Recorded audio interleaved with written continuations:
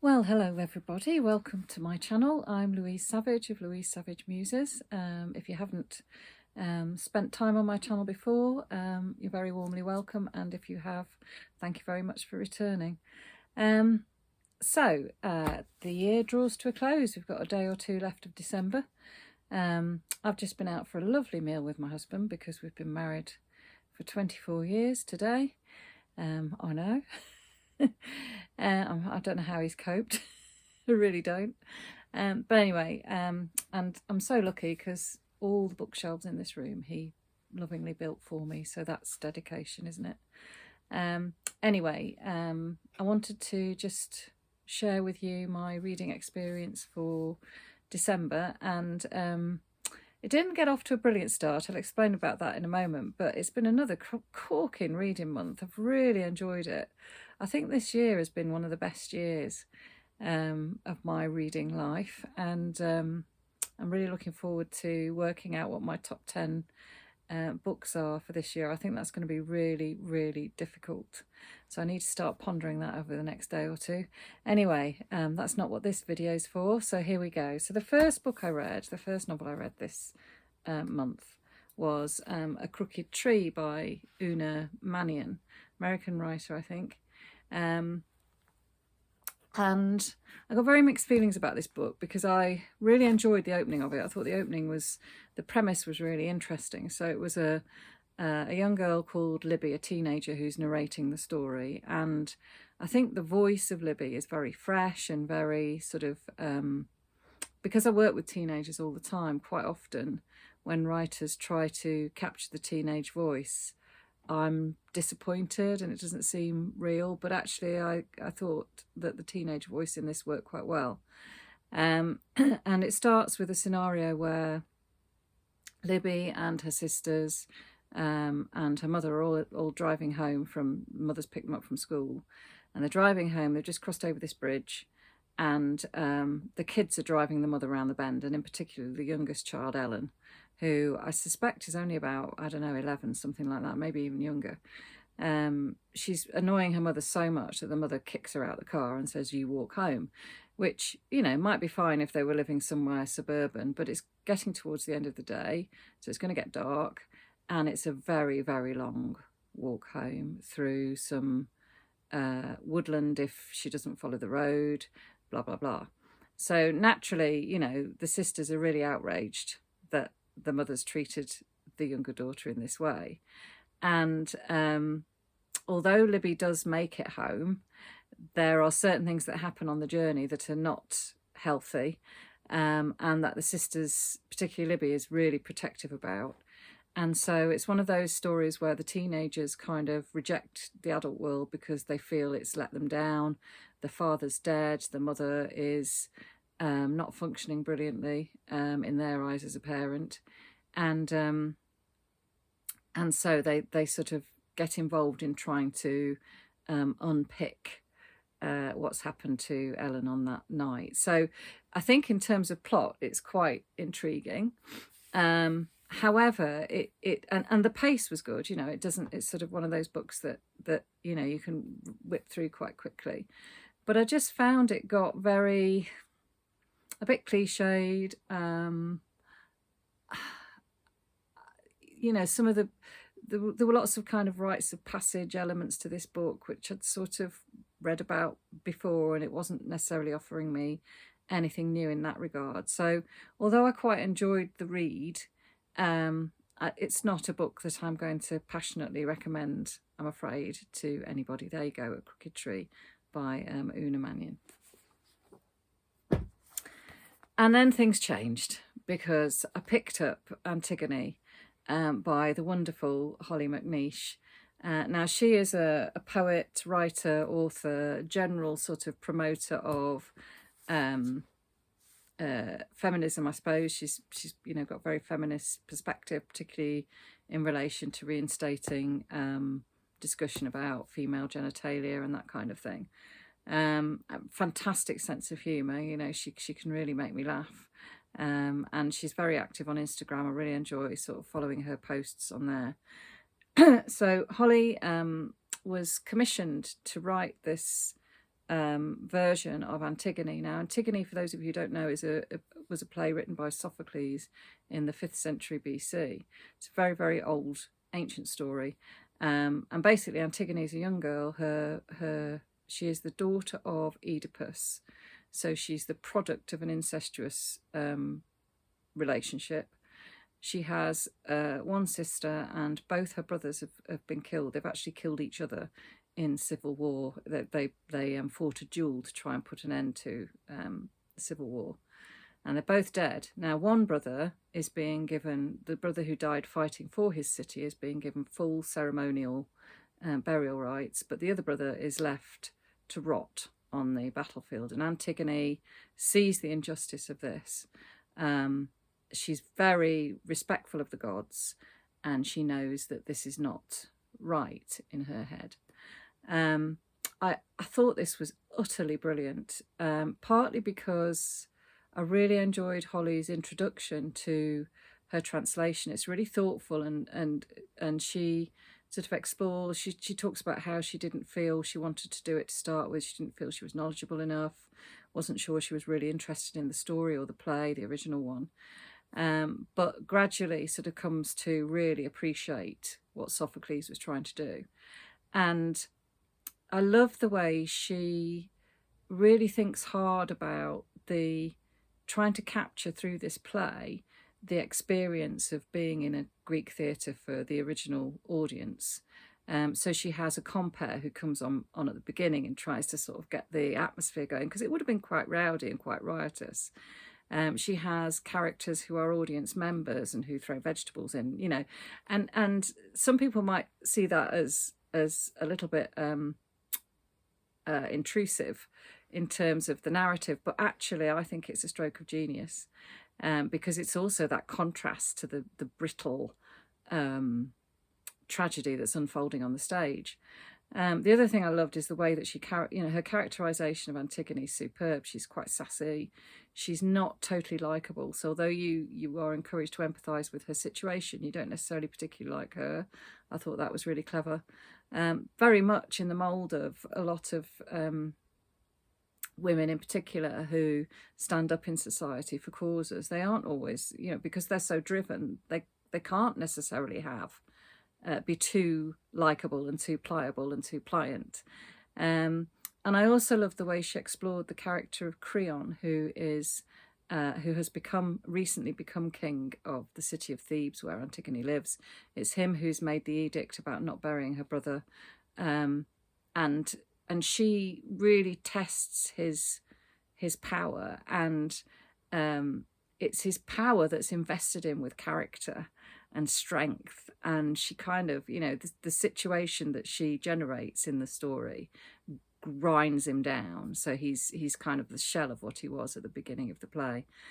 So I thought this was masterful. And for anyone interested in an introduction to Greek theatre, I mean, the introduction that she writes, I think, is a really interesting way into looking at theatre. And I'll certainly be sharing some of her ideas about that with my students in my classical civilization class at work. So yeah, I thought this was wonderful. Really, really enjoyed it. Next up, very late to the party, aren't I? So this is Washington Black, which Simon Savage of Savage Reads was banging on about a lot several years ago. And I've only just got around, this is actually a first edition, I realised, that I picked up somewhere, by Essie Edugyan. And oh my goodness, I mean, it's one of those books that I've been saving as a treat. It was kind of a Christmas treat to myself. And it did not let me down at all. I absolutely loved it. It's quite, it's almost in places got the feel of an action adventure.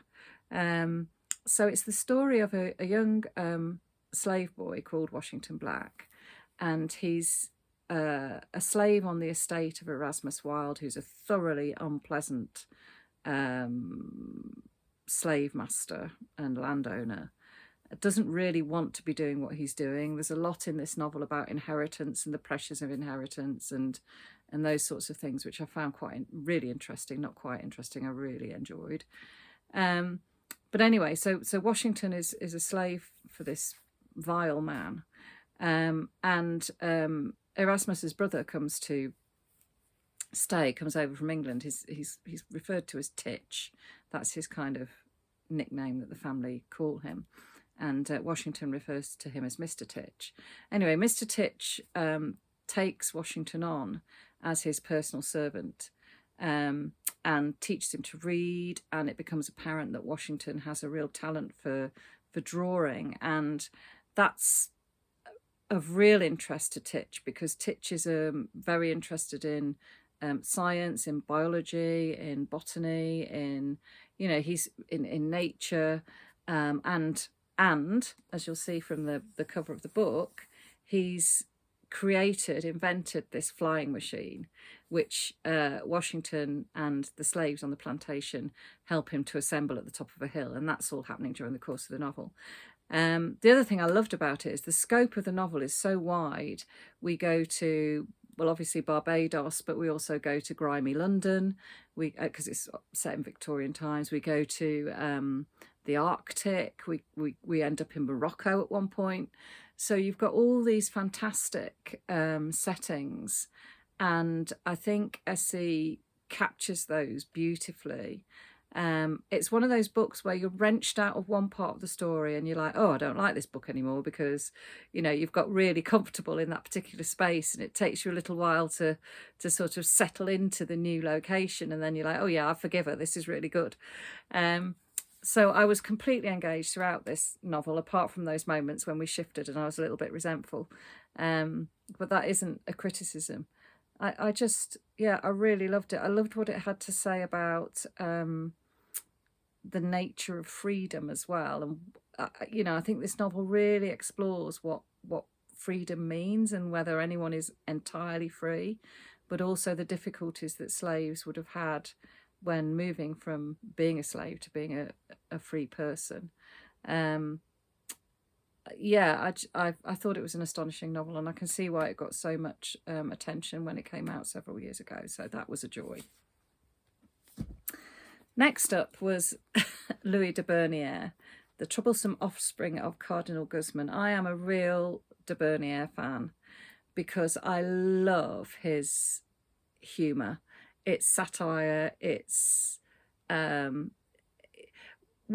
de Bernieres does. This is the third, and I realised I got halfway through this and realised I haven't read the second one. I've read the first one, so it's a trilogy set in Colombia in South America. And what Bernieres does is he takes the opportunity to use the idea of the kind of cliche of South American corruption to satirize immoral behavior, basically, and flawed society. So in this particular book, Cardinal Guzman he's got a live-in lover who he's been sleeping with for many years in his cardinal palace. He's got an illegitimate son who everybody knows is his illegitimate son, but Guzman doesn't acknowledge it, so that's all quite hilarious. And he's also ill. He's got this real problem with his stomach, which is really quite vile and unpleasant. And as the novel progresses, he gets more and more ill, and it's clear that the kind of illness in his stomach is his it's psychological as well as physical, because he sort of views it as all his sins kind of coming and his heresies coming back to haunt him. And then you've also got this fantastic village called something, I can't, Cadal something dos Gatos. And the Gatos are jaguars. It's sort of like a town of jaguars. And there are jaguars crawling all around this town. So again, it's a really interesting setting. It's much more rural. And in that community lives Cardinal Guzman's brother.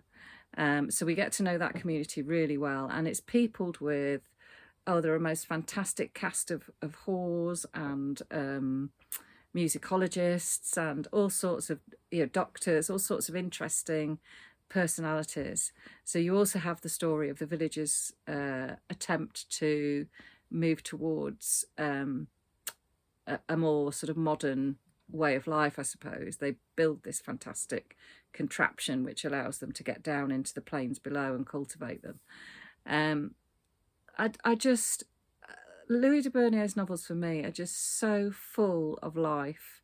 It's really, I mean, the plot is very almost unnecessary. You know, it's one of those novels where you read it, well, I read it for the cameos of all the different characters, and the exposure of hypocrisy.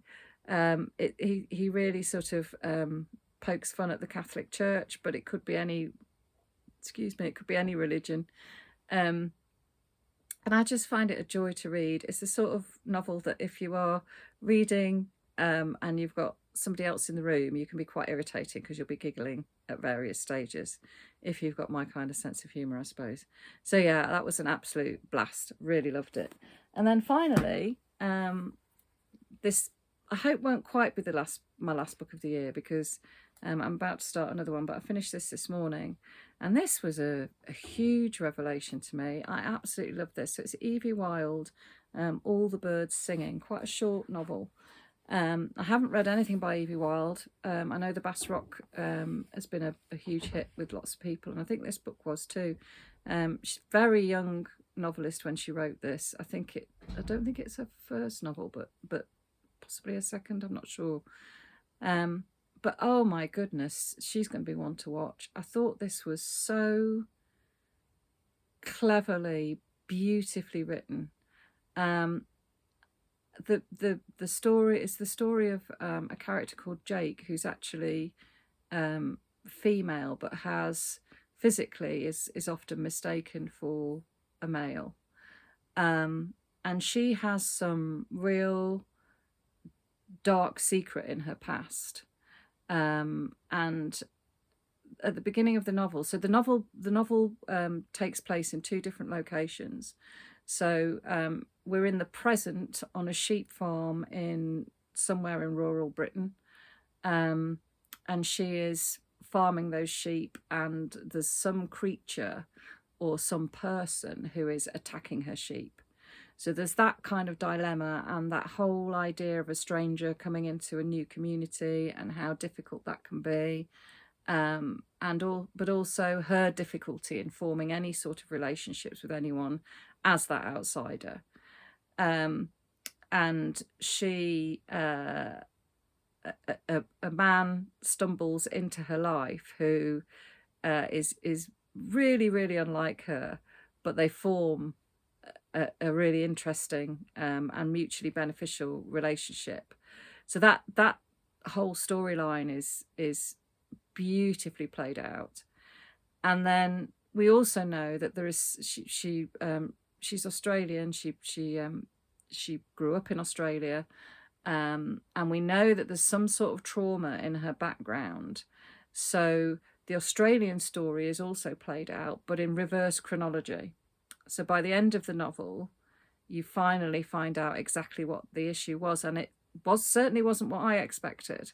You know, I think I think this is one of those novels where you're really skillfully manipulated by the writer, and I think this is a really interesting exploration of trauma. It's not an easy read. It's not a comfortable read. There's quite a lot of violence in it.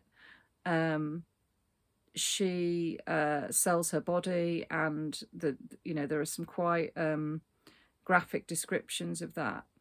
At one point, she's living with this much older man who's exploiting her. So, there are lots of quite uncomfortable moments, but I just thought it was stunning, and it very much reminded me, I think if you're somebody who likes Jesmyn Ward or Alison Moore, it's got that same kind of quite terse, crisp, but at the same time poetic writing style, which I absolutely love. I thought this was brilliant.